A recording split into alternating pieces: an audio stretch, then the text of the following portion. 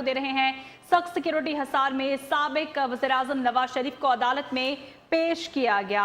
एहतसाब अदालत नंबर 2 के जज मोहम्मद अरशद मलिक ने साबिक वज़ीर-ए-आज़म के खिलाफ नैब रेफरेंस की समाअत की है। साबिक वज़ीर-ए-आज़म नवाज शरीफ के खिलाफ अल-अज़ीज़िया स्टील मिल रेफरेंस की समाअत के दौरान नवाज शरीफ के वकला ने कार्रवाई जुमेरात तक के लिए मुलतवी करने की इस्तदा की, जिसको मुस्तरद कर दिया गया।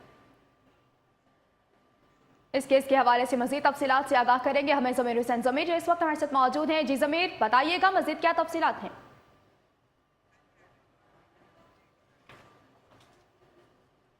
तो अडियाला जेल से भारी सिक्योरिटी के हिसार में एहतसाब अदालत पहुंचाया गया था और मियां मोहम्मद नवाज शरीफ जो है तकरीबन केस की समाअत शुरू होने से आधा घंटा पहले यहाँ पहुंच चुके थे और वो इंतज़ार कर रहे थे, जबकि मियां मोहम्मद नवाज शरीफ के जो वकील हैं ख्वाजा हारिस वो आज अदालत पेश नहीं हुए थे क्योंकि अपीलों पर समाअत थी हाई कोर्ट में, इसलिए वो वहाँ मसरूफ़ थे।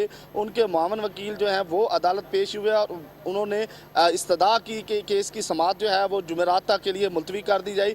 तो एहतसाब अदालत नंबर 2 के जज मलिक मोहम्मद अरशद ने उनकी दरख्वास्त खारिज कर दी और ये जो है समाअत कल तक के लिए मुलतवी कर दी गई। कल 9:30 बजे तक केस की समाअत मुलतवी कर दी गई है बगैर कार्रवाई को। कल 9:30 बजे इस केस की समाअत दोबारा शुरू होगी, जबकि मियां मोहम्मद नवाज शरीफ जो है वो भारी सिक्योरिटी के हिसार में उनको एहतसाब अदालत से अडियाला जेल की तरफ रवाना किया गया। तो यहाँ आज इस केस की समाअत जो थी वो बगैर कार्रवाई के मुलतवी की गई क्योंकि बर वक्त केस की समाअत जो है वो शुरू होनी थी, लेकिन मियां मोहम्मद नवाज शरीफ के जो वकील हैं ख्वाजा हारिस वो हाई कोर्ट में मसरूफ़ थे, जबकि नैब की प्रोसिक्यूशन टीम जो है वो भी हाई कोर्ट में मसरूफ़ थी।